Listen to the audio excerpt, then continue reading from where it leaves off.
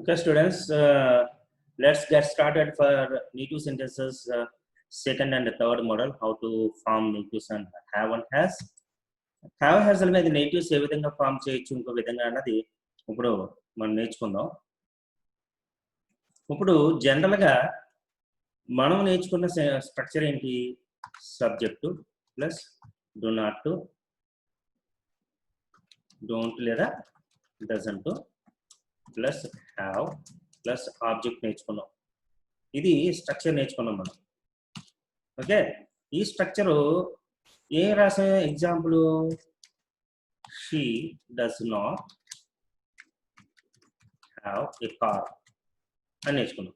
అంటే నెగిటివ్ చెప్పాలంటే ఆవిడకి కార్ లేదు అని చెప్పాలంటే మనం ఏం చేసాం, అక్కడ డస్ నాట్ పెట్టాం. డస్ నాట్ పెట్టి డస్లో ఈఎస్ ఉంది కాబట్టి మనం ఏం చేసాం, ఇక్కడ హ్యావ్ వాడామని చెప్పాం. She does not have a car. అలాగే నాకు కార్ లేదంటే I don't have a car ఇలా చెప్పుకున్నాం. ఏం చేసాం, ఇక్కడ హ్యావ్ ముందు మనం do not does not place చేసాం. ఇది స్ట్రక్చర్ 1. ఇది 1 కింద నేర్చుకున్నాం. ఇప్పుడు నేను ఏం చెప్తున్నానంటే స్ట్రక్చర్ 2లో ఇదే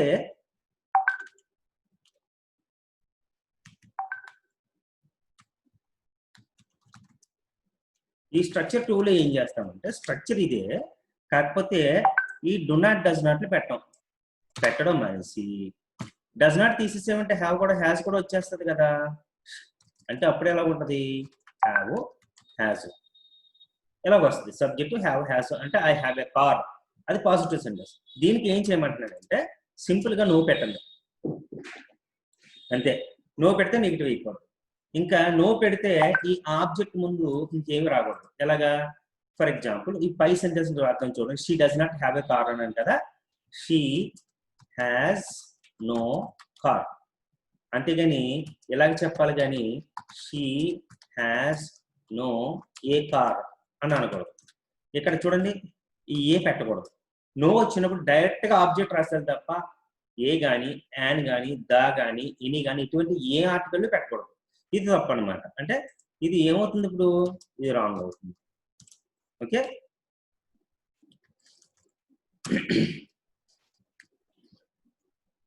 ఇది తప్పు అవుతుంది, ఇది కరెక్ట్ అవుతుంది, ఇది రైట్ అనమాట. దీనికి టిక్ మార్క్ పెడతాం.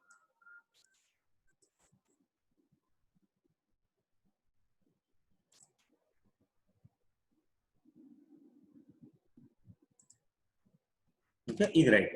అంటే ఏం చేసాం, అక్కడ నో కార్ అని పెట్టాం. అప్పుడు I don't have a car అని అంటారు. ఈ సెంటెన్స్ చూద్దాం. ఐ హ్యావ్ నో కార్ అని చెప్పాలి తప్ప I have no a car అని అనకూడదు. ఇది రాంగ్ అవుతుంది. ఓకే, ఇది తప్పు. ఈ సెంటెన్స్ తప్పు కాబట్టి మనం ఏం చేస్తాం, తప్పించి పెడతాం అనమాట. సో ఇది రైట్ అనమాట. ఇది ఒక మోడల్ ఏంటి, ఐ హ్యావ్ నో కార్. అలాగే నెగిటివ్ సెంటెన్సెస్ మీరు చాలా రాశారు. ఇక్కడ చూడండి, ఇక్కడ నుంచి చూడండి, దే డోంట్ హ్యావ్ పెర్సిస్టెన్స్ అని రాశారు.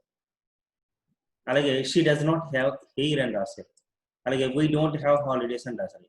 ఈ సెంటెన్సెస్ అన్నిటినీ కూడా సింపుల్గా నో పెట్టి రాశారు. ఇప్పుడు she does not have hair ఉందనుకోండి, ఇప్పుడు ఈ సెంటెన్స్ని మనం నో పెట్టి ఎలా రాస్తాం, షీ హ్యాస్ నో హెయిర్ అంతే. ఇంకా డస్ నాట్ రాదనమాట. డస్ నాట్ పెట్టకూడదు. డస్ నాట్ తీసేస్తే షీకి హ్యాస్ వస్తుంది.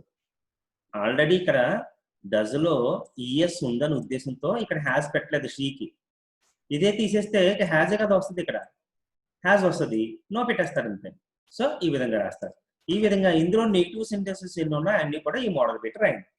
లేకపోతే స్ట్రక్చర్ 3 ఏంటి, ఇది స్ట్రక్చర్ 1, ఇది స్ట్రక్చర్ 2. స్ట్రక్చర్ 3 ఏంటి, 3 ఏంటంటే ఇప్పుడు ఇక్కడ ఏం చేసాం, సేమ్ ఇదే స్ట్రక్చర్ నాట్ పెట్టి కూడా చెప్పచ్చు. ఈ నో ప్లేస్ లో నాట్ కూడా పెట్టచ్చు. అలా పెడితే ఏం చేయాలో చూద్దాం. ఈ ప్లేస్ లో ఏం పెట్టచ్చు, నాట్ అని కూడా పెట్టచ్చు. ఒకవేళ నాట్ పెడితే ఈ ఆబ్జెక్ట్ ముందు ఏం చేయాలంట, ఎనీ అని కానీ ఏ అని కానీ దా అని కానీ యాన్ అని కానీ ఏదో ఒకటి పెట్టాలి. అంటే యాన్ ఏ దా అన్నది అక్కడ ఉన్న వస్తువుల మీద పెట్టి ఆధారపడి ఉంటుంది. అంతేగాని ప్రతిదానికి ఎలా పెట్టాలని, అందుకని డౌట్ లేకుండా ఉండడానికి ప్రతిదానికి ఇని వాడతారు అనమాట చాలా మంది. ఓకే, ఇలా రాస్తాం. ఇప్పుడు చూడండి, ఈ సెంటెన్స్ అనేది రాసి చూద్దాం. ఇక్కడ చూడండి, ఇక్కడ షీ హ్యాస్ నో కార్ అన్నాను కదా, లేకపోతే she does not have a car, not పెట్టి రాద్దాం. She has not any car. I have not a car. అలాగే she has not an umbrella. She has not an umbrella. అంటే ఆవిడకి umbrella లేదు. అలాగే I have not an apple. అలాగా not పెడితే ఈ ఆబ్జెక్ట్ ముందు కంపల్సరీగా యాన్ కానీ, దా కానీ, ఎనీ కానీ ఏదో ఒకటి వాడాలి. దొరుకుతుందా? ఏదోటి, ఈ 4 గంటలు ఏదోటి వాడుకోవచ్చు. ఈ ఆబ్జెక్ట్ ప్లేస్ లో ఏ లెటర్ అయితే ఏఈఐఓలతో స్టార్ట్ అయిన ఏఈఐఓయు అంటే ఇవి ఏంటంటారు? వాల్స్ అంటారు. ఈ వాల్స్ తో స్టార్ట్ అయిన వర్డ్ ఏదైనా వస్తే మనం యాన్ పెడతాం, కాకపోతే ఏ పెడతాం. అది బాగా గుర్తుపెట్టాలి. ఎనీ అన్నది దేనికైనా వాడుకోవచ్చు. సో ఈ విధంగా మన నెగిటివ్ సెంటెన్సెస్ ఎలా రాసాం? ఒకటి, హ్యావ్ హ్యాజ్ తర్వాత మనం నో పెట్టి, 2 హ్యావ్ హ్యాజ్ తర్వాత నాట్ పెట్టి కూడా మనం ఫామ్ చేయొచ్చు. నాట్ పెడితే ఆబ్జెక్ట్ ముందు ఏదో ఒకటి ఉండాలి. ఏ, యాన్, దా, ఏ, ఎనీ అని కూడా ఉండాలి, ఏదో ఒకటి ఉండాలి. నో పెడితే ఏం పెట్టకూడదు. అది అంటే ఇప్పుడు నెగిటివ్స్ ని మనం ఎన్ని రకాలుగా రాసాం ఒకే ఎగ్జాంపుల్ చెప్తున్నాను చూడండి. I don't have a car అంటే నాకు కార్ లేదు. ఇదే సెంటెన్స్ ని ఐ హ్యావ్ నో కార్. అదే సెంటెన్స్ ని I have not a car. 3 రకాలుగా చెప్పచ్చు. నేను ప్రిఫర్ చేసేదంటే మాట్లాడుకోవడానికి ఇది ప్రిఫరబుల్, రాయడానికి కూడా అదే ప్రిఫరబుల్, ఈజీగా ఉంటుంది అనమాట. అంటే ఆర్టికల్ పెట్టాలి, ఆర్టికల్ పెట్టకూడదు, ఈ కన్ఫ్యూషన్ లేకుండా ఉండాలంటే మనం నో పెట్టేసుకుంటే ఈజీగా ఉంటుంది. This is for negative. మరి క్వశ్చన్, మీరు క్వశ్చన్కి ఎలా రాయాలి? క్వశ్చన్ చూద్దాం. ఇక్కడ చూడండి, క్వశ్చన్ ఫామ్ చేయాలి అంటే మనం ఏం చేస్తామంటే, మామూలుగా మనం నేర్చుకున్న క్వశ్చన్ స్ట్రక్చర్ ఏంటి? Question word plus do, does plus subject plus have plus object రాశారు. ఇది స్ట్రక్చర్ రాసుకున్నారు మీరు ఆల్రెడీ ఫస్ట్ లో నేర్చుకున్న స్ట్రక్చర్ ఇది. ఓకే, ఈ స్ట్రక్చర్ నేర్చుకున్నారు. ఎగ్జాంపుల్ చూద్దాం. Where you have a car. నీకు కార్ ఎక్కడ ఉంది? అంటే ఇంటి దగ్గర ఉందా, కాకినాడలో ఉందా, పెద్దాపురంలో ఉందా, లేకపోతే అమెరికాలో ఉందా అని అర్థం అన్నమాట. Wear do you have a car. ఇప్పుడు నేనేం చెప్తున్నానంటే, క్వశ్చన్ కి ఇది స్ట్రక్చర్ 1, ఇది స్ట్రక్చర్ 1. ఇప్పుడు స్ట్రక్చర్ 2 ఏంటంటే, ఈ 2 ఏంటంటే స్ట్రక్చర్ 2 ఇక్కడ క్వశ్చన్ అని చెప్పడానికి సబ్జెక్ట్ ముందు మనం డూ డస్లు పెట్టాం కదా, చూడండి.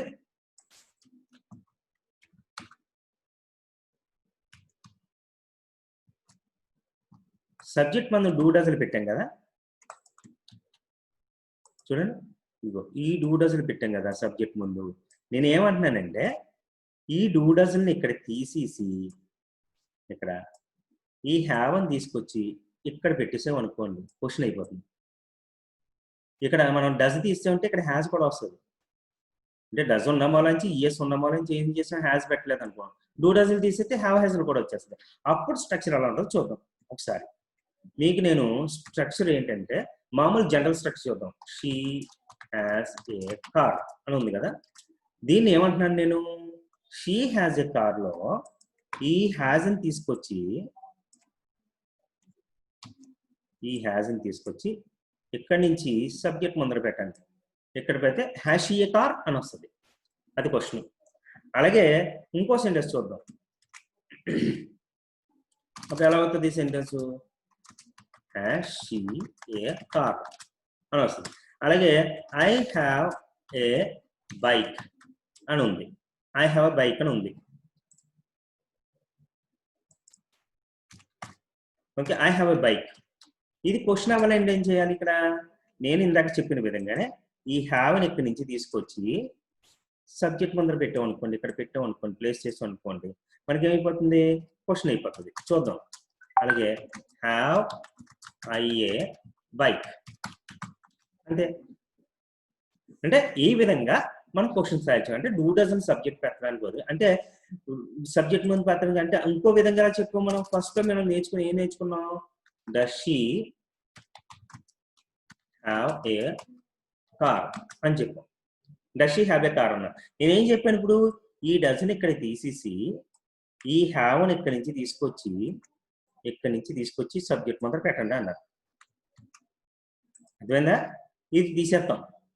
ఇది తీసేసి ఏం చేస్తాం, ఈ హ్యావ్ని ఇక్కడి నుంచి తీసుకొచ్చి ఎలా తీసుకొచ్చి ఎక్కడ పెడతాం. అంటే షీకి హ్యావ్ వాడతాం కాబట్టి, హ్యాజ్ వాడతాం కాబట్టి ఇక్కడ హ్యాజ్ చేసేస్తాం. అంటే ఇందాక డజ్ ఉన్న నుంచి హ్యావ్ పెట్టాం. ఇప్పుడు ఏం చేస్తాం, డజ్ తీసాం కాబట్టి షీకి హ్యాజ్ వాడతాం, హ్యాజ్ తీసుకొని సబ్జెక్ట్ ముందర పెట్టేస్తాం అన్నమాట. ఆ విధంగా రాస్తాం. ఇది ఒక వే మనకి పాజిటివ్. అంటే పాజిటివ్ని రెండు రకాలుగా అడగచ్చు. ఒకటి ఇలాగ అడగచ్చు, లేదంటే ఇప్పుడు స్ట్రక్చర్ రాస్తున్నాను చూడండి. ఇక్కడ question word plus have, has plus subject plus object. ఇది స్ట్రక్చర్. ఇలా కూడా రాసుకోవచ్చు. చూడండి ఇక్కడ ఈ క్వశ్చన్ చూడండి. ఒక ఎగ్జాంపుల్ చూద్దాం. క్వశ్చన్ వర్డ్కి వేర్ పెడదాం. Where has she a car. Where has she a car. ఈ క్వశ్చన్ వర్డ్ ప్లేస్ లోనేమో వేర్ పెట్టాం, హ్యావ్ హ్యాజ్ లోనేమో హ్యాజ్ పెట్టాం. హ్యాజ్ ఎందుకు పెట్టాం, సబ్జెక్ట్ షీ కాబట్టి. ఇంకో సబ్జెక్ట్ షీ పెట్టాం. ఆబ్జెక్ట్ ప్లేస్ లో ఏమో ఏ కార్ పెట్టాం. Where has she a car, ఆవిడకి కార్ ఎక్కడ ఉంది అని అర్థం అనమాట. అలాగే నెగిటివ్ అయితే మరి అలా చేయాలి. మరి నెగిటివ్ అయితే మరి నెగిటివ్ కూడా అలా రాసుకోవాలి కదా. అప్పుడు నెగిటివ్ ఎలాగ ఉంటుందో చూద్దాం. నెగిటివ్ మీరు మామూలుగా మనం నేర్చుకున్న structure question word plus do, does plus not plus subject plus have plus object question mark. ఇది మనం జనరల్ గా ఆల్రెడీ ఫస్ట్ మోడల్ లో నేర్చుకున్నాం. నేనేం చెప్తున్నాను, డూ డజల్ తీసేసి హ్యావ్ హ్యాజ్ తీసుకొచ్చి ఇక్కడ పెట్టాలి అని చెప్పాను. ఎగ్జాంపుల్ చూద్దాం. Where do you, okay, does she have a, okay, why does not పెడదాం. Why does not she have a car. ఆడికి కార్ ఎందుకు లేదా అన్నాను. ఇప్పుడు స్ట్రక్చర్, ఇప్పుడు నేర్చుకునే స్ట్రక్చర్ ఏంటంటే క్వశ్చన్ వర్డ్ మామూలుగా క్వశ్చన్ వర్డ్ ప్లేస్ లో వస్తుంది. డూ డజల్ తీసేసేమనుకో, ఇక్కడ డూ డజల్ తీసామని చెప్పాను మీకు. ఈ డూ డజల్ తీసేసామనుకో ఇక్కడ హ్యాజ్ కూడా వస్తుంది అని అర్థం. అంతేనా? ఇప్పుడు ఏం చేస్తాం, డూ డజల్ ప్లేస్ లో హ్యావ్ హ్యాజ్ పెట్టాలని చెప్పాను. హ్యావ్ లేదా హ్యాజ్ ప్లస్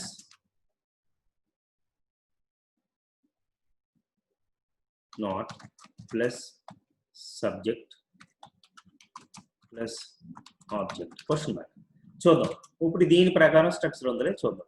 ఇప్పుడు చూడండి, ఇందులో క్వశ్చన్ వర్డ్ ఏంటి, వై.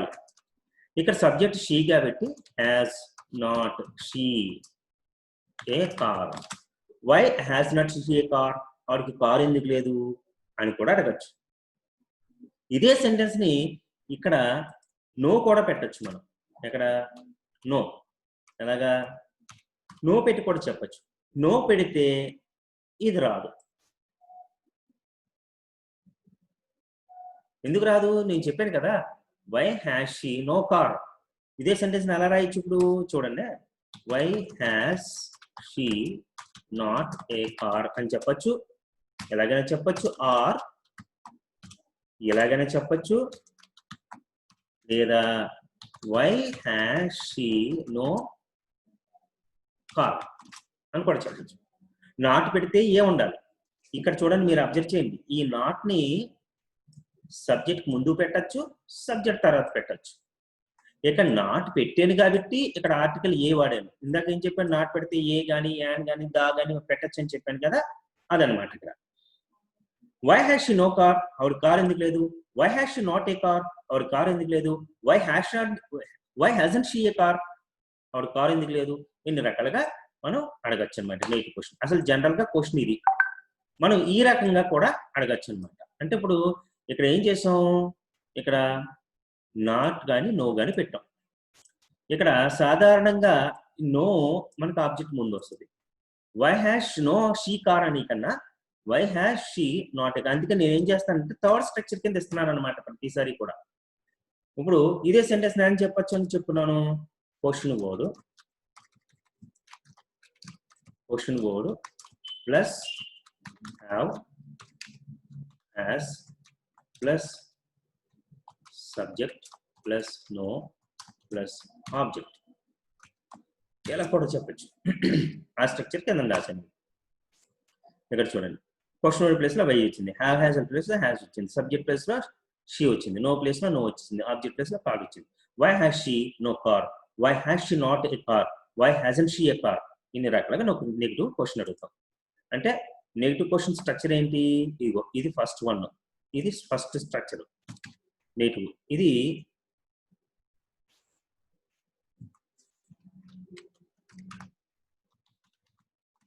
ఇది 2, ఇది 3, ఇదేంటి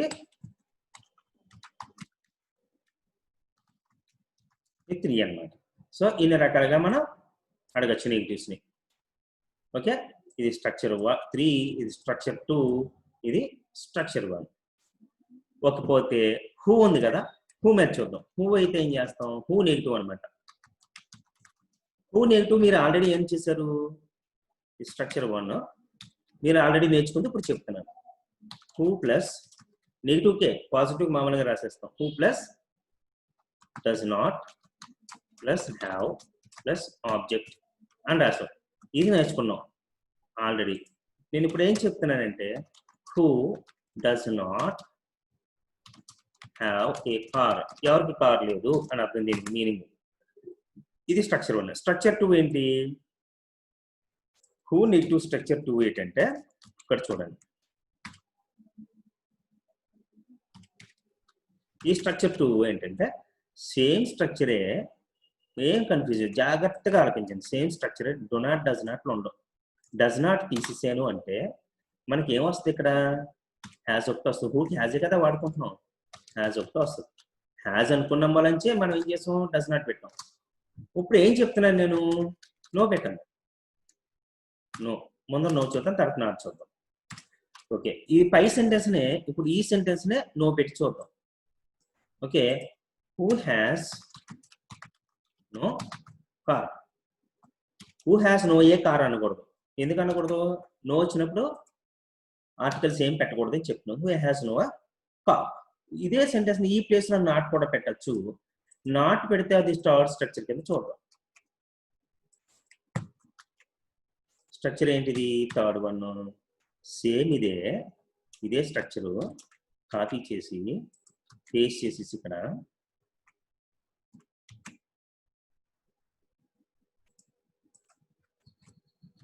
ఓకే, ఇక్కడ నాట్ పెట్టచ్చు అంటున్నారు. నాట్ పెడితే ఏం చేయాలని చెప్పాను, ఏ గాని యాన్ గాని దా గాని ఎనీ గాని పెట్టాలి అని చెప్పాను. ఏం చేయాలి ఇప్పుడు చూద్దాం. Who has not any car, ఇక్కడ ఎవరికి ఎటువంటి కార్ లేదు, ఎవరికి కార్ లేదా ఇక్కడ అని అర్థం అనమాట. సో ఈ విధంగా వాడతాం. ఇది స్ట్రక్చర్ 3. హూ మీద 3 రకాలుగా నెగిటివ్ చెప్పాను. అంటే ఆల్రెడీ డస్ నాట్ పెట్టి, నో పెట్టి, నాట్ పెట్టి. అలాగే ఫుల్ ఆన్సర్ క్వశ్చన్ లో పాజిటివ్ 2 రకాలుగా రాయొచ్చు. ఒకటేమో డూ డస్ సబ్జెక్ట్ ముందు పెట్టి, 2 సబ్జెక్ట్ ముందు హ్యావ్ హ్యాజల్ పెట్టి. అలాగే ఫుల్ ఆన్సర్ క్వశ్చన్ లో నెగిటివ్ 3 రకాలుగా రాసుకున్నాం. ఒకటేమో డు నాట్ డస్ నాట్లు పెట్టి, 2 ఏమో డు నాట్ డస్ నాట్లు తీసేసి ఓన్లీ హ్యావ్ హ్యాజల్ సబ్జెక్ట్ ముందర పెట్టి, ఆబ్జెక్ట్ ముందర నో పెట్టి. అంటే ఇది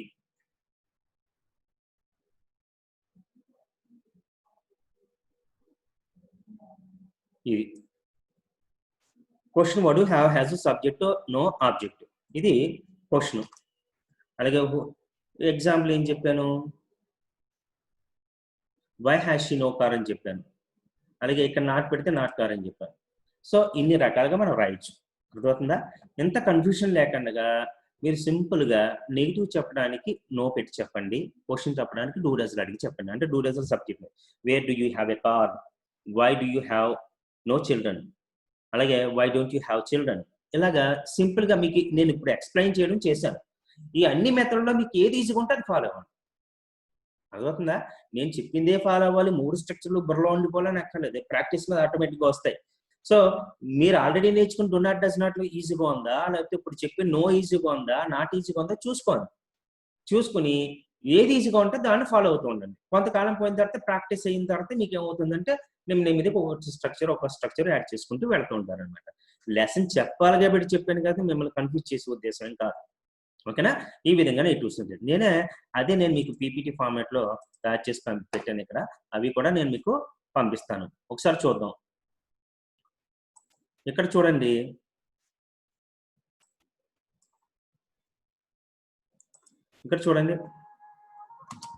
స్ట్రక్చర్ 2 నెగిటివ్ అని చెప్పి subject has no object. I have no pen, నాకు పెన్ లేదు అంటే ముందరగా మనం నేర్చుకుంది ఏంటి, I don't have a pen అని నేర్చుకున్నాం. ఇక్కడ డో నాట్ డస్ నాట్ రావు, ఇక్కడ ఐ హ్యావ్ నో ఒకటే పెడతాం.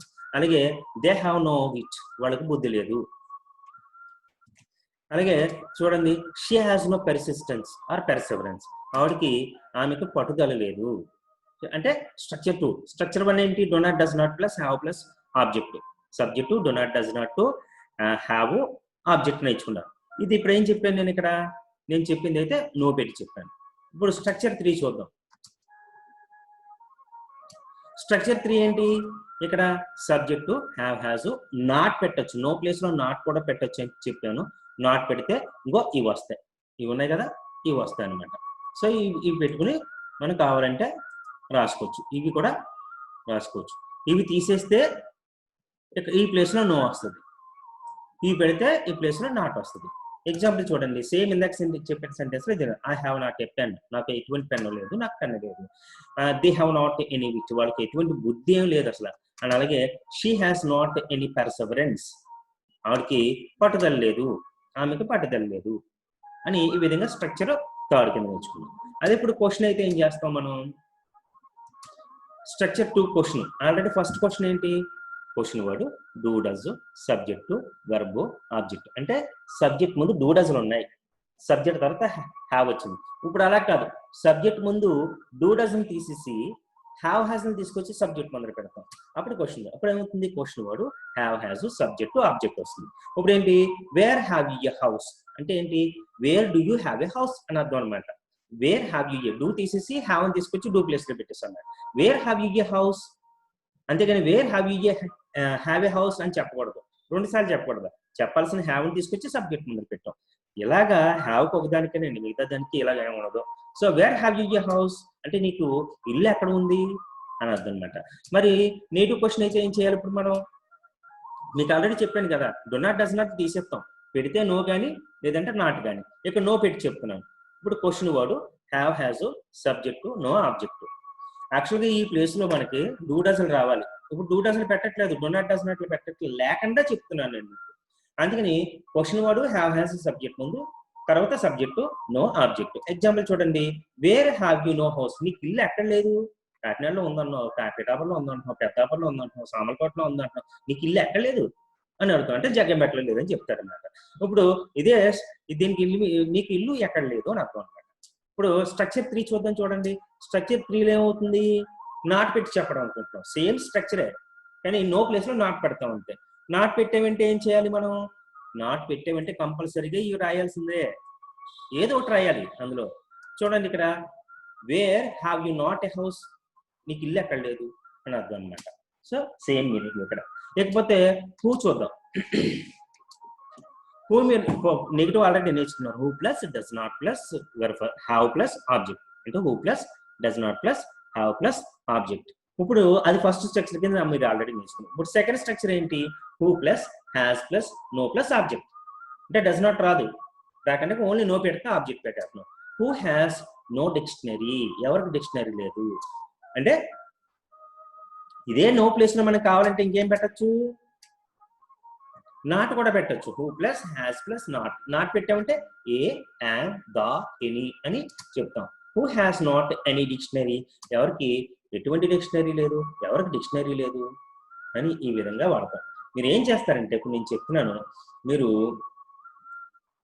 ఆల్రెడీ మీకు 20 సెంటెన్సెస్లో క్వశ్చన్స్ ఉన్నాయి, నెగిటివ్స్ ఉన్నాయి, అలాగే నెగిటివ్ క్వశ్చన్ ఉంది, ఫుల్ ఆన్సర్ క్వశ్చన్, పాజిటివ్ అన్నీ ఉన్నాయి. మీరు ఏం చేస్తారు, నెగిటివ్స్ని క్వశ్చన్స్ని ఇప్పుడు చెప్పిన స్ట్రక్చర్స్లో రాయండి. అది మీకు హోంవర్క్. ఓకేనా? అంటే ఎలాగ ఉంటుంది ఇప్పుడు చూడండి,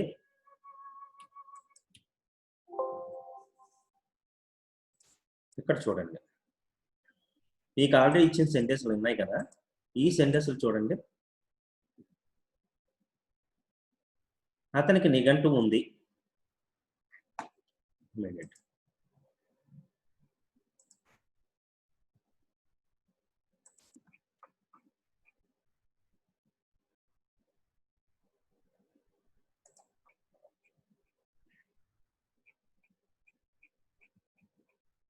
ఈ 20 సెంటెన్స్లు ఉన్నాయి కదా, ఈ 20 సెంటెన్సెస్లో ఇక చూడండి, 4th నుంచి మొదలైంది. ఇది ఒకటి, 4th 1, 5th 1, 6th 1, తర్వాత 7th 1 కూడా నెగిటివే, 8th 1 నెగిటివే, 9th 1 కుదరదు, 9th 1 మామూలుది సెంటెన్స్, రెడ్ మార్క్ పెట్టినాయి.